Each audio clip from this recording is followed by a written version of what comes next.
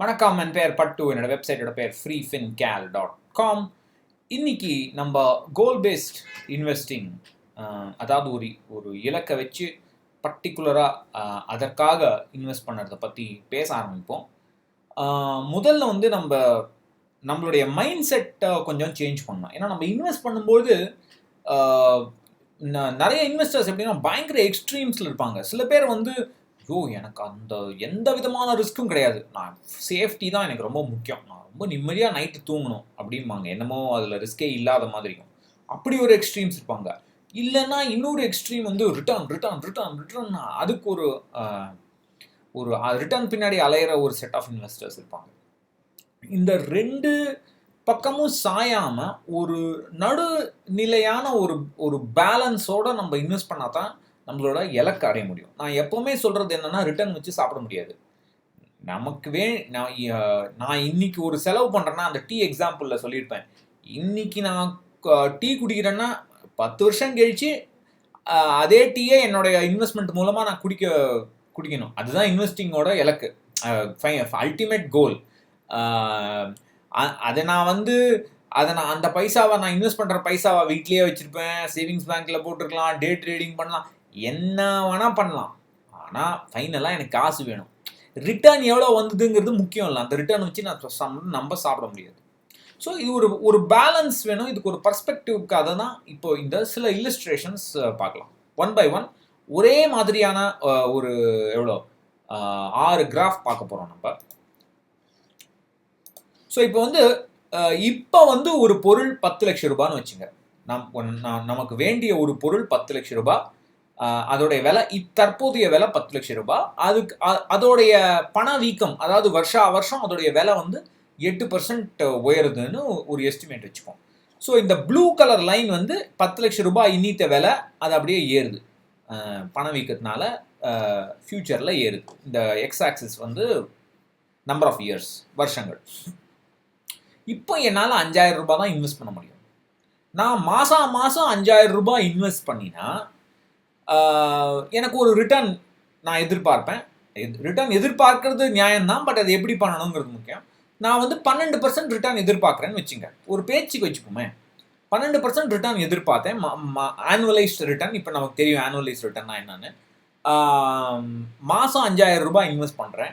அப்போது நான் இன்வெஸ்ட் பண்ணுற வேல்யூ அது க்ரீன் லைனில் இல்லஸ்ட்ரேட் ஆயிருக்கு. ப்ளூ லைன் நான் வாங்க வேண்டிய பொருளுடைய ஃபியூச்சர் காஸ்ட்டு இன்ஃப்ளேஷனை போட்டு ப்ரொஜெக்ட் பண்ணியிருக்கோம். க்ரீன் லைன் நம்மளுடைய சேமிப்புடைய வேல்யூ. இப்போது இந்த க்ரீன் லைன் ப்ளூ லைனோட கீழே இருக்கிற வரைக்கும் அந்த பொருளை நான் வாங்க முடியாது. இந்த க்ரீன் லைனோட வேல்யூ ப்ளூ லைனோட கம்மியாக இருக்கிற வரைக்கும் என்னால் அந்த பொருளை வாங்க முடியாது. என்னால் எப்போ அந்த பொருளை ஃபஸ்ட்டு வாங்க முடியும்னா, அந்த க்ரீன் லைனும் ப்ளூ லைனும் மீட் ஆகும்போது. எப்போ அந்த க்ரீன் லைன் இன்டர்செக்ட் ஆகுதோ அந்த வருடம் எனக்கு அவ்வளோ பைசா என்கிட்ட இருக்கும் அந்த பொருளை வாங்குறதுக்கு. அப்போ 19 வருஷம் ஆகும். 8% இன்ஃப்ளேஷன், 12% ஆனுவல் ரிட்டர்ன், 19 வருஷம் கழிச்சு தான் என்னால் அந்த பொருளை வாங்க முடியும். இப்போ நீங்கள் பார்த்தீங்கன்னா ரியல் ரிட்டர்ன் அப்படிம்பாங்க. ரியல் ரிட்டர்ன்னா அப்ராக்சிமேட்டாக எவ்வளவு ரிட்டர்ன் இன்ஃப்ளேஷனோட ஜாஸ்தியாக அவனுக்கு கிடைச்சது அப்படிங்கிறதுக்கு பேர் ரியல் ரிட்டர்ன். அது எக்ஸாக்ட் ஃபார்முலா கொஞ்சம் வேறு, பட் அப்ராக்சிமேட்டாக இதான் கணக்கு. ஸோ 12 - 8 4%, அப்ராக்சிமேட்டாக ரியல் ரிட்டர்ன் 4%. இன்ஃப்ளேஷனை விட நான் 4% ரிட்டர்ன் ஜாஸ்தி வாங்கிட்டேன். அப்போ எனக்கு 19 வருஷம் ஆகுது. டேக்ஸை நான் இந்த இல்லஸ்ட்ரேஷனில் எடுத்துக்கல, அது அப்புறம் பார்த்துக்கலாம். ரெண்டாவது இல்லஸ்ட்ரேஷன், இப்போது 8% இன்ஃப்ளேஷன்லேருந்து 10% ஆக்கிட்டோன்னு வச்சுங்க. அதே 10 லட்சம் ரூபாய் பொருள் 8% பணவீக்கத்துக்கு பதிலாக 10% பணவீக்கம், அதே 5000 ரூபாய் மாதம் இன்வெஸ்ட்மெண்ட்டு, அதே ஆனுவலைஸ்ட் ரிட்டர்ன் 12%. இப்போ பாருங்கள், எப்போ அந்த க்ரீன் லைன் ப்ளூ லைனை தொடுதுன்னு 30 வருஷம் ஆகும். ஜஸ்ட்டு 2% இன்ஃப்ளேஷனை ஜாஸ்தி ஆக்கினா 19 வருஷமாக இருந்த முன்னாடி எக்ஸாம்பிள் இப்போ 30 வருஷம் ஆயிடுச்சு. இப்போ நீங்கள் பார்த்தீங்கன்னா, சப்போஸ் எனக்கு ஒரு இலக்கு 19 வருஷம் கழிச்சு எனக்கு நான் ஒரு செலவு இருக்குன்னு வச்சிங்களேன், ஏதோ முக்கியமான செலவு. இப்போ நான் இன்ஃப்ளேஷனை தப்பாக கணக்கு போட்டேன்னா ரிட்டர்ன் அதே 12% தான். ரிட்டர்ன் 12%ன்னு பார்க்க நல்லா இருக்கு, கேட்க நல்லா இருக்கு. ஆனால் நான் இன்ஃப்ளேஷனை தப்பாக கணக்கு போட்டதுனால 19 வருஷம் போது எனக்கு அந்த செலவுக்கான பைசா இருக்காது. 30 வருஷம் ஆனால் தான் முடியும். ஸோ நீங்கள் இன்ஃப்ளேஷன், ஸோ ரியல் ரிட்டர்ன் இப்போ பார்த்தீங்கன்னா இப்போவும் பாசிட்டிவ். இப்போவும் ரியல் ரிட்டர்ன் 2%, 12 - 10 2%. ரியல் ரிட்டர்ன் பாசிட்டிவாக இருந்தால் மட்டும் உங்களுக்கு தேவையான போது பணம் கிடைச்சிடும்னு நம்ம நினச்சிக்கூடாது. நம்ம கரெக்டான இன்ஃப்ளேஷன் எஸ்டிமேட் கரெக்டாக போடணும், ரிட்டர்ன் எக்ஸ்பெக்டேஷனும் கரெக்டாக போடணும், இன்வெஸ்ட்மெண்ட்டும் சரியாக போடணும். இப்போ 3வது எக்ஸாம்பிள், அதே 10 லட்சம் ரூபாய் இப்போ இன்ஃப்ளேஷனை திருப்பி 8% ஆக்கிடுவோம். இப்போ நான் என்ன பண்ணுறேன், சார் எனக்கு இந்த ஸ்டாக் மார்க்கெட் இடவுலாம் வேணாம், நான் சேஃபாக எல்ஐசி பாலிசி வாங்க போகிறேன், ஜீவன் ஏதோ வாங்குகிறேன், 6% ரிட்டர்ன் வரும், நிம்மதியாக வீட்டில் இருக்கேன். ஆனால் எனக்கு ஒரு கால்குலேட் பண்ணி வாங்குகிறேன் எல்ஐசி பாலிசி, சும்மா பிளைண்டாக வாங்கலை. எனக்கு 19 வருஷம் கழிச்சு ஒரு பொருள் வேணும், ஒரு செலவு நான் செய்யணும். அப்போது நான் வெறும் 5000 ரூபாய் மட்டும் செலவழிச்சு இன்வெஸ்ட் பண்ணால் போதாது. நான் 10,200 ரூபாய் மாதம் போடுறேன். 10,200 ரூபாய் 6% ஆனுவலைஸ் ரிட்டர்னில் மாதம் போட்டால் அதே 9 வருஷம் கழிச்சு என்னால் அந்த செலவு செய்ய முடியும். ஸோ ஒரு கால்குலேட் பண்ணிட்டோம்னா நமக்கு சரியாக வந்துடும். இப்போது இந்த எல்ஐசி பாலிசி வாங்குறவங்க, இன்சூரன்ஸ் பாலிசி வாங்குறவங்கலாம் இந்த கால்குலேஷனை போடவே மாட்டாங்க.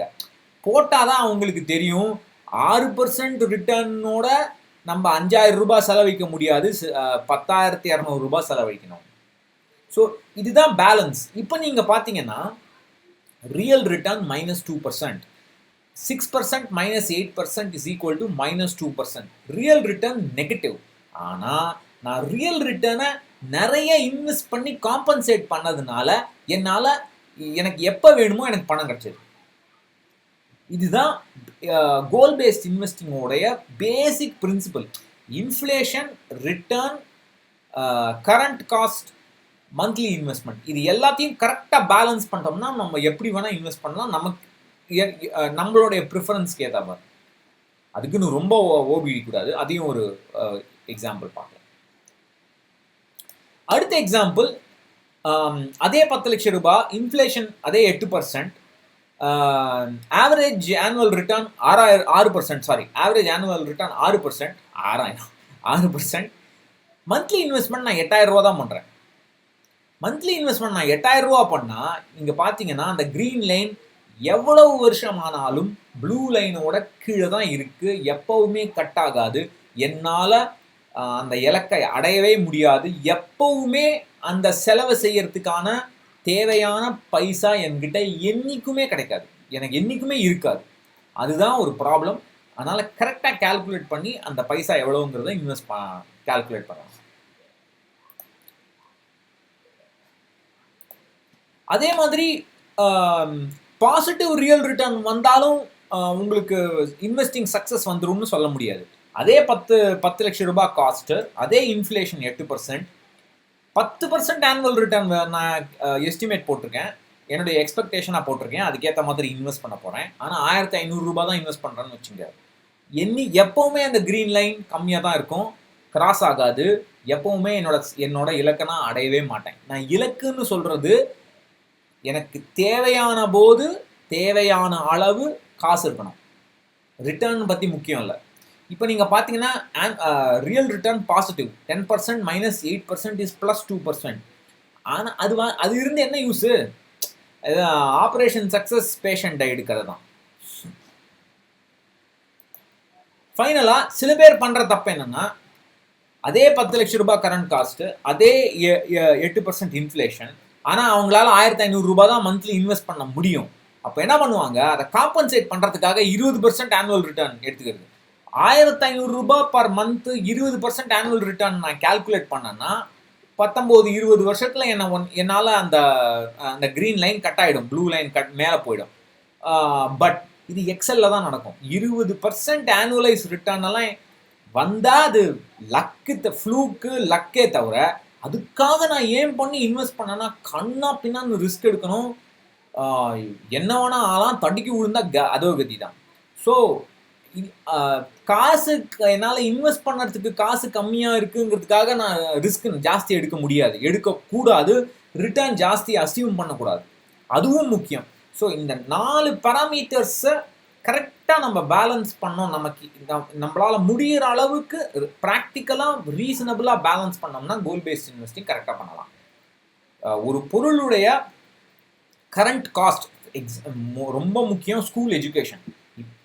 இன்னைக்கு என் பையன் வந்து எல்கேஜி படிக்கிறான்னு வச்சுங்களேன். பையன் உண்மையாக 5ஆம் கிளாஸ் படிக்கிறான். கொரோனா நல்லா பாஸ் ஆகிட்டான், 4லேருந்து 5. பட் இப்போ எல்கேஜி படிக்கிறான்னு எல்கேஜி படிக்கிறான் வச்சுங்களேன். இப்போ ஒருத்தன் இன்ஜினியரிங் காலேஜ் சேர போகிறான்னா, அட்மிஷன் வாங்கிட்டான்னா அவன் எவ்வளோ காசு கொடுத்துருக்கான், அதாவது கேபிட்டேஷன் ஃபீ, எல்லா ஃபீ, அந்த ஃபீ, இந்த ஃபீ, டொனேஷன், எந்த இழவோ எல்லாத்தையும் கால்குலேட் பண்ணி அதை வந்து இன்ஃப்ளேட் பண்ணும். ஸோ கரண்ட் காஸ்ட்டை கரெக்டாக எஸ்டிமேட் பண்ணும், இன்ஃப்ளேஷன் கரெக்டாக எஸ்டிமேட் பண்ணும். இன்ஃப்ளேஷன் ஸ்கூல் ஃபீஸ்க்கெல்லாம் நீங்கள் பார்த்தீங்கன்னா எப்படி எஸ்டிமேட் பண்ணணும்னா, இந்த பேட்சில் ஒருத்த ஸ்கூல் காலேஜ் சேர்றான்னா அது எவ்வளோ காசுன்னு பார்க்கணும். அடுத்த வருஷம் யாராவது அக்கம் பக்கம் நமக்கு தெரிஞ்சவங்க அவனுடைய காலேஜ் ஃபீஸ் எப்படின்னு பார்க்கணும். இதை வச்சு நமக்கு ஒரு எஸ்டிமேட் நம்மளாலே பண்ண முடியும். 10%, 15%. அதை வச்சு இன்ஃப்ளேஷன் போடணும். மந்த்லி இன்வெஸ்ட்மெண்ட் இது மட்டும்தான் ஒழுங்காக தெரியும் நமக்கு. நம்மளால் எவ்வளோ இன்வெஸ்ட் பண்ண முடியுங்கிறத அதை மட்டும் ஒழுங்காக போட்டுருவோம். ரிட்டர்ன் வந்து எவ்வளவு முடியுமோ கம்மியாக போடுறது பெட்டர், எவ்வளோ முடியுமோ மந்த்லி இன்வெஸ்ட்மெண்ட் ஜாஸ்தியாக வச்சுக்கிறது பெட்டர். ஸோ இதுதான் இந்த பேலன்ஸ். இந்த மாதிரி ஒரு இதை நீங்கள் ஈஸியாக எக்ஸலில் நீங்களே பண்ணிடலாம். இதை நீங்கள் பண்ணி பார்த்தீங்கன்னா உங்களுக்கு நல்ல கிளாரிட்டி வரும். இந்த மாதிரி எக்ஸலில் கால்குலேட் பண்ணி தான் நான் என்னுடைய ஃபைனான்ஷியல் பிளானை ஒரு மாதிரி செட் பண்ணேன். இதுக்கு தான் இந்த மாதிரி இல்லஸ்ட்ரேஷன்ஸ் தான் ஃப்ரீஃபின்கேல் உருவானதுக்கே காரணம். இப்போ நான் பண்ணதெல்லாம் ஓரளவுக்கு பண்ணி முடிச்சுட்டேன். சரி, இது மற்றவங்களுக்கு யூஸ் ஆகட்டுமே நான் ஆரம்பித்தேன், அதை போட ஆரம்பித்தேன், அது அப்படியே வளர்ந்து. ஸோ இதுதான் கோல் பேஸ்ட் இன்வெஸ்டிங்கோட பேசிக்ஸ். இனிமேல் நம்ம பர்டிகுலர் கோல்ஸ்க்கு எப்படி இன்வெஸ்ட் பண்ணலாம், என்ன எப்படி கால்குலேட் பண்ணலாம் அப்படிங்கிறத ஒன்றுன்னா பார்க்கலாம். நிறைய பேர் வந்து சரி அதை நாளைக்கு சொல்கிறேன். இப்போ இவ்வளோ நேரம் கடைசி வரைக்கும் நிறைய பேர் எவ்வளோ பேர் வீடியோ பார்ப்பாங்கன்னு எனக்கு தெரியாது. சரி, நான் சொல்ல வந்தது நாளைக்கு சொல்கிறேன். நன்றி, வணக்கம்.